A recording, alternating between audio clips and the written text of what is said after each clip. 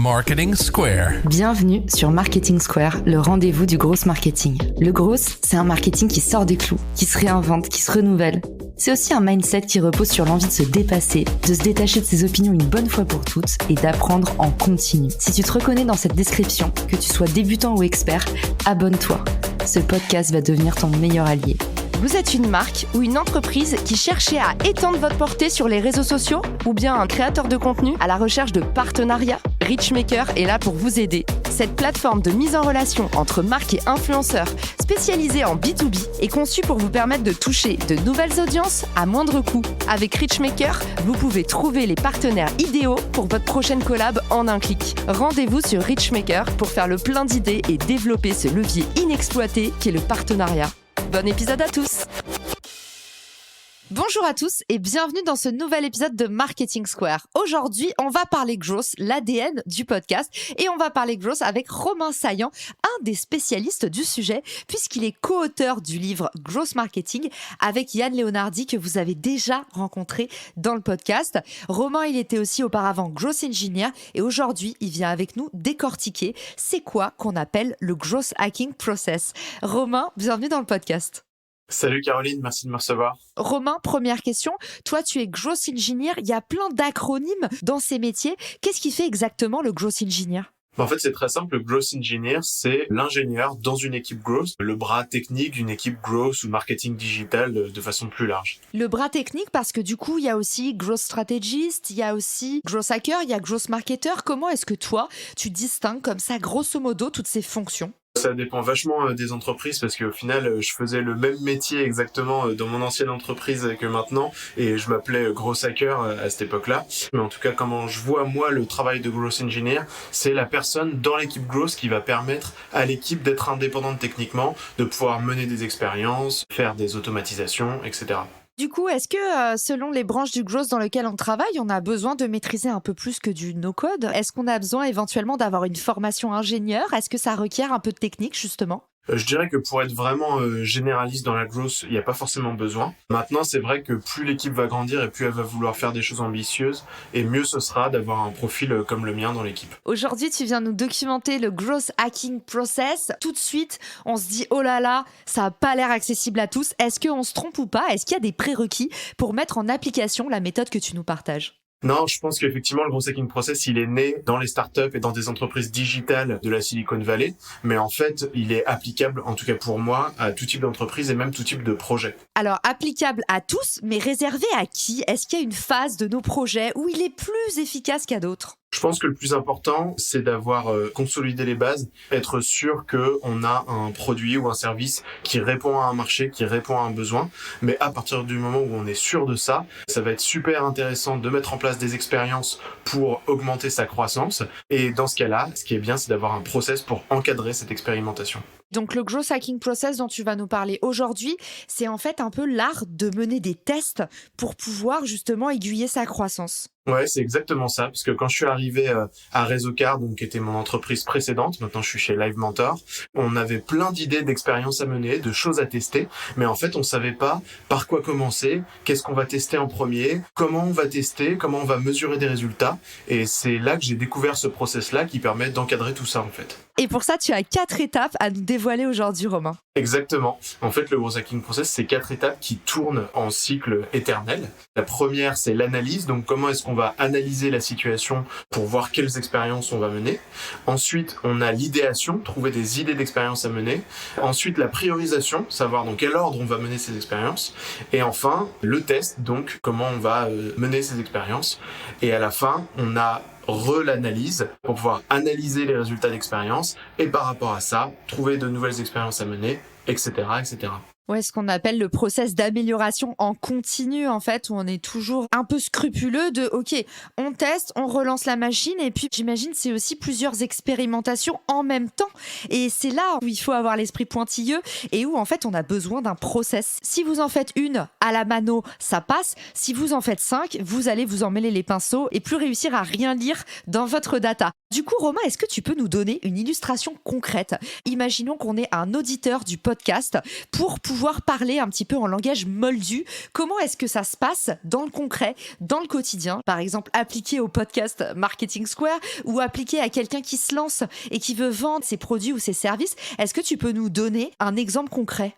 Ouais, on pourrait prendre l'exemple effectivement du podcast. Imaginons que d'abord dans ton étape d'analyse, tu t'es dit je trouve que ce qui pêche actuellement, c'est le fait que les gens ils ne partagent pas assez le podcast autour d'eux. Donc ça va être la première étape, l'analyse. La deuxième, ça va être l'idéation. Donc comment je fais maintenant à partir de cette analyse pour dire comment est-ce qu'on pourrait améliorer ça. Donc là, tu vas générer différentes idées d'expérience. Ensuite, tu vas te dire d'accord, mais laquelle a le plus de potentiel? Et donc pour ça, il va falloir les prioriser, de trouver un système de scoring, de notation de chaque idée d'expérience. Et comme ça, à la fin, celle qui a le meilleur score, je vais la tester en première, celle qui a le deuxième meilleur en deuxième, etc. Et ensuite, je vais mettre en place ces expériences, donc la quatrième étape. Et enfin, reboucler avec l'analyse pour analyser mes résultats. Et donc, mettons que l'expérience que j'avais définie comme la plus intéressante, c'était dans le mail que j'envoie aux auditeurs lorsqu'il y a un nouvel épisode, mettre un bouton pour pouvoir le partager facilement à ses amis. Et je vais mettre en place cette expérience, regarder est-ce qu'elle a eu des bons résultats. Si oui, je vais la généraliser. Et sinon, j'aurais quand même appris des choses. Et typiquement, si on garde cet exemple, j'ai quelques questions à te poser pour te cuisiner, Romain. Sur cette première étape, donc on est dans l'analyse, je me rends compte que le podcast est peu partagé. Alors déjà, comment est-ce qu'on se rend compte de ça? Il y a plusieurs signaux à écouter, il y a des signaux qualitatifs. Par exemple, quelqu'un qui va vous donner un témoignage, qui va dire « Ah non, moi en fait, je n'ai jamais partagé le podcast, je ne le fais jamais. » Et ça va un peu vous questionner, vous dites « Ah mince, tout le monde me dit, j'ai réagi à ton post LinkedIn sur le podcast, j'ai écouté le podcast, mais personne me dit qu'il l'a reçu ou qu'il l'a partagé. » Donc ça peut être un signal qualitatif. Après, il y a les signaux quantitatifs. Ce que vous lisez dans vos stats, par exemple là sur le podcast, c'est Spotify qui est le seul à donner cette information. Est-ce que le podcast est partagé ou pas? C'est pas toutes les régies qui le font. Mais toi, Romain, en général, dans le plus gros des cas, sur l'analyse, c'est quoi tes outils un peu stars dans la valise du gros marketeur qu'on peut mettre pour lire un peu dans ces datas? Pas seulement si on a un podcast, là je viens de le faire, mais si on a un site e-commerce, si on a un site internet, c'est quoi la stack idéale? Il faut avoir un outil dans lequel on regroupe toutes ces données qui viennent de différentes sources. Ça peut être Google Analytics sur votre site ou tout autre outil d'analytics en ligne. Ça peut être des requêtes SQL si vous avez une base de données produits et que vous voulez mettre ces données aussi dans votre analyse. Vous pouvez avoir plein de sources qui sont réunies à un même endroit, qui vont vous permettre d'avoir un tableau de bord global sur votre business et par rapport à ça, d'analyser OK, sur les 2 mois, les 3 mois qui viennent, sur quoi je veux me concentrer en priorité par rapport à ce que je lis actuellement. Et cet aiguillage, il n'est pas facile à trouver, Romain, parce que toi, c'est ton métier, mais comment on fait quand on n'est pas expert? Par exemple, tu vois, une question que je pourrais me poser, c'est est-ce qu'il faut mieux que j'aille creuser un truc qui fonctionne hyper bien, et donc tu suis un peu ta métrique la plus lumineuse? Ça marche bien en ce moment, et si je le faisais 3 fois plus? Et puis, je vois que ici, j'ai un signal d'alarme, j'ai une métrique en fait qui montre que j'ai du manque à gagner parce que le podcast n'est pas assez partagé. Comment est-ce qu'on arbitre? Est-ce que tu le fais à l'instinct? Est-ce que tu fais un peu des deux et tu testes? Comment est-ce que tu tranches toi dans ton quotidien? Parce que je suis sûre que ça va parler à beaucoup d'entrepreneurs. Alors vraiment pour trancher entre est-ce que je vais plutôt améliorer un truc qui marche bien ou corriger un truc qui marche mal, on est vraiment sur du feeling et du ressenti de l'entrepreneur en question et c'est un peu une question de à quel point ça va mal le truc qui va mal et à quel point ça va bien le truc qui va bien. Après ce qu'on peut dire c'est que si on est une équipe suffisamment nombreuse à participer à l'expérimentation, on peut aussi se dire sur les 2-3 mois qui viennent, on se donne 2 focus en parallèle et dans ce cas-là on va avoir 2 problèmes à gérer et à regarder dans l'analyse, 2 fois plus d'idées d'expérience à mener et c'est au moment de l'étape de la priorisation qu'on verra est-ce qu'on mène plutôt d'abord une étape sur notre problème ou plutôt une expérience sur ce qui va bien. Alors donc sur la partie analyse, tu nous as recommandé des outils. C'est un peu la stack qu'on connaît pour beaucoup, c'est la stack Google. Évidemment, c'est eux qui ont la main mise sur un bon nombre de très très bons outils puisqu'ils sont à domicile. Il y a aussi sur Product Hunt tout le temps des petites pépites, des agrégateurs de data de plus en plus poussés qui vous permettent d'agréger votre data sociale, votre data e-commerce et de mettre tout un petit peu au même endroit avec les petits graphiques, les petits visuels, les petits rapports automatiques qui vont bien. Donc ça, n'hésitez pas à en user et en abuser parce que ça nous rend vraiment, même pour ceux qui sont allergiques aux chiffres, beaucoup plus près de la data et on sait que c'est là où se trouvent les réponses. La deuxième étape, tu nous as parlé de l'idéation. Pareil, même question Romain, comment ça se passe à cette étape? Qu'est-ce qui se passe dans ta tête de grosse marketeur? Comment est-ce que tu déroules dans l'opérationnel cette phase? Alors c'est là où mon côté ingénieur va vraiment prendre le dessus. Je vais enfiler ma petite blouse de scientifique et je vais commencer par émettre des hypothèses. C'est ça qu'ils font les scientifiques quand ils veulent tester des choses en laboratoire. Ils se disent quelles sont mes hypothèses de départ que j'essaye de valider ou d'invalider. Et donc une hypothèse, si on revient dans le domaine du marketing, on va la formuler sous la forme « je pense que on a tel problème qu'on cherche à résoudre au départ, parce que une autre chose. » Donc si je reprends l'exemple de ton podcast, on pourrait se dire je pense que les gens ne partagent pas le podcast autour d'eux parce que en fait je les incite jamais à le faire. Et donc là, ça va être une première porte ouverte, mais tu vois, on n'est pas encore à l'idée d'expérience. C'est un premier gros sentier à creuser, quoi. Et ce sentier, il peut mener à plein de chemins différents. Et donc là, on va arriver aux idées d'expérience. Donc ça peut être je vais mettre, comme je disais tout à l'heure, un bouton dans la newsletter que j'envoie. Je vais faire un appel au partage à l'oral à la fin du podcast. Enfin voilà, cette hypothèse, elle peut mener à différentes idées d'expérience, mais en découpant comme ça les choses progressivement, ça permet d'être beaucoup plus créatif dans les choses qu'on va imaginer pour régler le problème d'origine. Exactement. Alors du coup, Romain vous a de nouveau donné une illustration concrète. Donc là, le podcast n'est pas assez à partager. À partir de là, ce qu'on vous recommande, c'est vous mettre autour de la table avec d'autres esprits et vous faites un petit mapping. Vous pouvez utiliser un outil comme Miro, M-I-R-O. C'est un outil gratuit qui vous permet en fait de faire facilement des mind maps. Et ça vous permet vraiment d'être plus efficace. Vous avez aussi sur Zoom, par exemple, la nouvelle fonctionnalité Whiteboard qui vous permet en fait de faire un fichier un peu d'intelligence collective où tout le monde dessine et met un peu ses hypothèses comme sur un tableau blanc.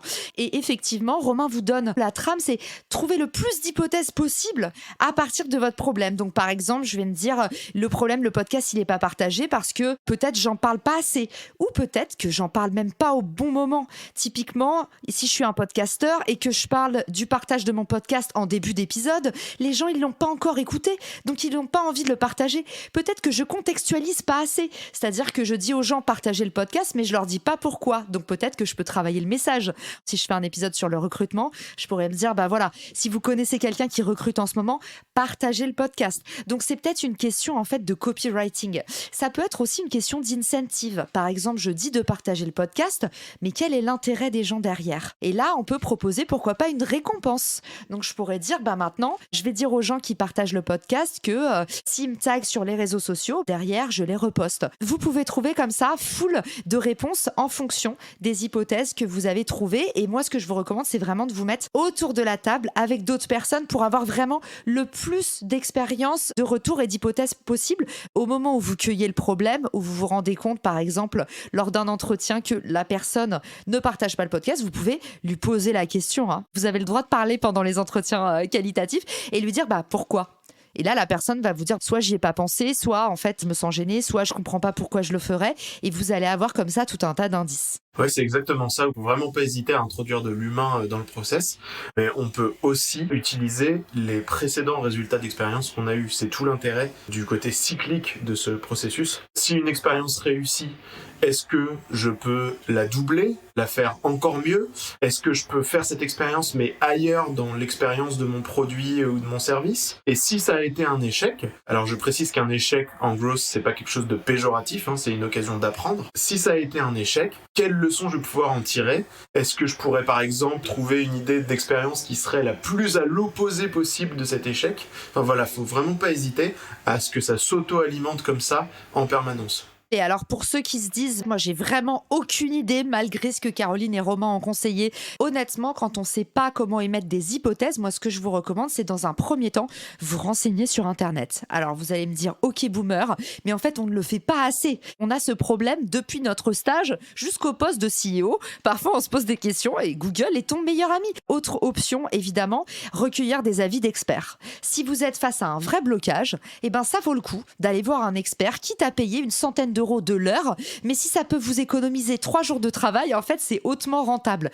Donc, n'oubliez pas, les petites économies sont pas toujours les meilleures. Je pense qu'on est bon maintenant pour la partie priorisation. Qu'est-ce qui se passe dans cette phase-là, Romain? Comment est-ce que ça se passe dans l'opérationnel? Le plus important ici, c'est de trouver un système de notation qui vous convienne et qui permette de débiaiser au maximum l'ordre dans lequel vous allez effectuer ces expériences. Je dis débiaiser au maximum parce que c'est impossible d'enlever complètement le biais humain dans le score que vous allez attribuer à ces expériences. Il y aura toujours un peu de votre avis qui va s'en mêler. L'important, c'est de trouver une méthode qui permettent de faire en sorte que la prochaine expérience qu'on va mener, ce n'est pas parce que c'est le patron qui l'a décidé, ou l'investisseur, ou la personne qui parle le plus fort dans la pièce, mais c'est bien parce qu'on a eu un système un petit peu objectif qu'on a pu décider de mener cette expérience en priorité. Alors il existe plusieurs systèmes de scoring, de notation des idées d'expérience, vous pouvez chercher sur internet. Moi, celui que j'utilise, c'est le ICE scoring, donc c'est ICE. Donc là, on va avoir quelques termes en anglais, mais je vais les traduire. Impact, confidence, donc confiance, et ease, la facilité. Donc impact, c'est pour dire si cette expérience réussit, à quel point elle risque d'avoir un impact positif sur mon business. Confiance, c'est quel est mon degré de confiance dans le fait que ça réussisse. Et facilité, c'est quelle est la facilité de mise en place de cette expérience. Est-ce qu'en travaillant une demi-heure, je vais pouvoir la lancer, ou est-ce qu'il va me falloir une semaine de travail? Et on va noter chacun de ces critères sur 5, on va les additionner, et on obtient une note sur 15, et on va pouvoir prioriser nos expériences par rapport à cette note. J'adore, c'est bien concret comme on aime. Merci de nous avoir livré ta méthode ICE, dont tu parles d'ailleurs dans le livre également. On va bientôt clôturer notre panier puisqu'on arrive à la phase de test et c'est là où on se rend compte est-ce qu'on a créé un panier sans fond ou un panier sans fin. Ouais, c'est exactement ça. C'est comment est-ce que vous allez pouvoir organiser maintenant ces expériences, parce qu'en fait, elles vont passer par différents stades. Le fait que vous les priorisiez, le fait que ensuite vous travaillez dessus, ensuite qu'elles soient en train de tourner, c'est-à-dire elles sont en train d'être réalisées et vous êtes en train de mesurer les résultats. Et enfin, le fait de trancher sur est-ce que c'est un succès ou un échec. J'ai juste envie de te demander, quand tu dis des phases de test qui sont longues et courtes, est-ce que tu peux définir dans ces phases d'itération, c'est quoi long et c'est quoi court? Ça correspond à peu près à ce que je disais pour la facilité, quoi. C'est-à-dire que si vous avez besoin de travailler sur une expérience, une journée ou moins, on est plutôt sur des expériences assez simples, entre guillemets, à lancer. Et dès que vous allez être sur des projets qui prennent plusieurs semaines à mettre en place, qui demandent de la synchronisation, peut-être avec d'autres équipes dans votre entreprise, vous allez être tenté de moins les travailler. Or, vous pouvez les mener en fil rouge en parallèle de choses qui sont plus rapides à mettre en place. Je suis très fan de la méthode OKR, Romain. Alors, les OKR, pour ceux qui nous écoutent, c'est Objective Key Result. En gros, à chaque fois, vous vous donnez un objectif à atteindre. Par exemple, avoir plus de trafic sur mon site. Et vous allez vous donner des Key Results qui sont un peu des agrégateurs. C'est un peu votre aiguillage. Je serai content si j'ai, par exemple, 100 visites sur mon site, dont la moitié en organique. Je vous invite à vous renseigner sur la méthode OKR. Vous avez la possibilité à chaque objectif de vous donner vraiment un baromètre et ça permet d'être vraiment sûr que tout le monde déjà est aligné dans votre équipe sur les niveaux d'appréciation de chaque atteinte d'objectif parce qu'au final on se rend compte que c'est souvent très subjectif et puis ça vous permet aussi de mesurer votre progression tout au long de l'année puisque vous allez pouvoir les ajuster, les réaligner en fonction si besoin. Pour ceux qui écoutent l'épisode là maintenant, on pourrait se dire mais est-ce qu'il n'y a pas de l'overlap? Est-ce que ça se chevauche pas avec ce growth hacking process? Est-ce qu'on peut utiliser les deux en même temps ou est-ce que tu recommandes l'un ou l'autre parce que finalement ils peuvent avoir un peu le même usage? Qu'est-ce que tu en penses?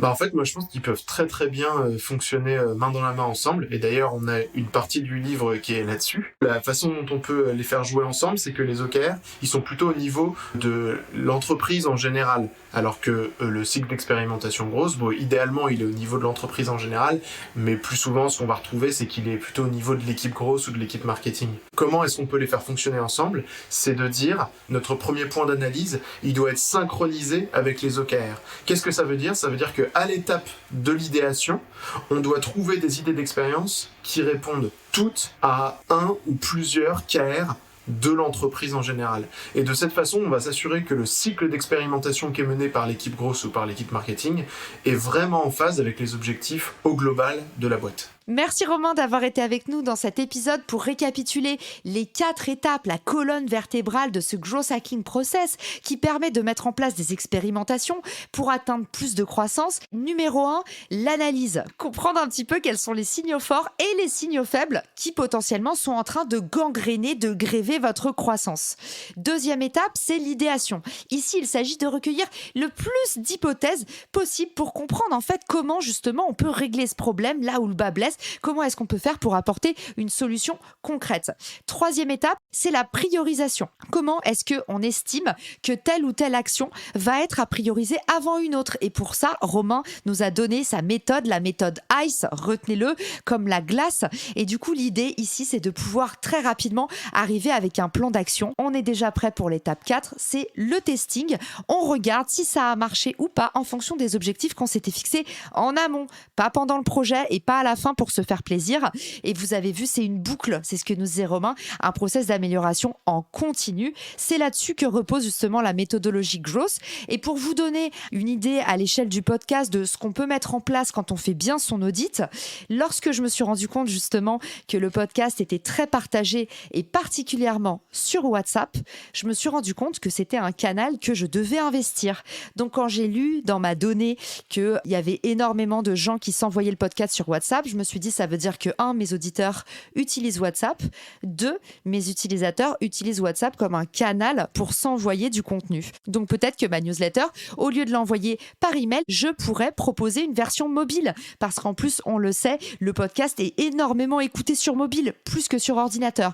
Donc à partir de ces signaux, j'ai décidé de sortir ma newsletter mobile qui est uniquement sur WhatsApp et qui permet de recevoir l'épisode quand il sort avec un petit mot sur un format beaucoup plus conversationnel et personnel. Pour ceux qui veulent s'inscrire, je vous remettrai le lien dans les ressources de l'épisode, mais vous voyez ici, on vous donne un exemple. Toutes les réponses qu'on a en termes d'amélioration, c'est évidemment sur le terrain, en fonction de nos auditeurs, de ce qu'on nous dit ou de ce qu'on lit dans les statistiques. Donc maintenant, il n'y a plus qu'à. Vous avez la méthode de Romain. On a hâte de vous entendre. On fera un petit post LinkedIn pour annoncer la sortie de cet épisode et vous pourrez poser toutes vos questions. Et puis Romain, où est-ce qu'on peut rentrer en contact avec toi, t'envoyer des remerciements pour l'épisode ou peut-être des premiers résultats sur une campagne mise en place grâce à toi? L'ensemble des informations sont disponibles sur mon site romainsaillant.com, donc c'est très facile, c'est mon prénom et mon nom tout accroché.com. Vous pouvez retrouver là-bas les articles que j'écris sur la growth en général, aussi une présentation de notre livre justement avec les différents liens où vous pourrez le trouver, et aussi des liens vers mes profils LinkedIn, Twitter et puis mon adresse mail si vous voulez m'écrire. Génial. Et ben la messe est dite, Romain, et j'espère que tu vas avoir des tonnes de sollicitations parce que tu le mérites et qu'on n'est pas beaucoup à faire du growth en France. Donc ça donne envie de mettre en avant ces profils. Merci d'avoir été avec nous aujourd'hui et je vous remercie tous pour votre écoute. À bientôt dans Marketing Square. Ciao. Si cet épisode te plaît, tu peux le partager en me taguant ou lui laisser 5 étoiles sur Apple Podcast. Marketing Square.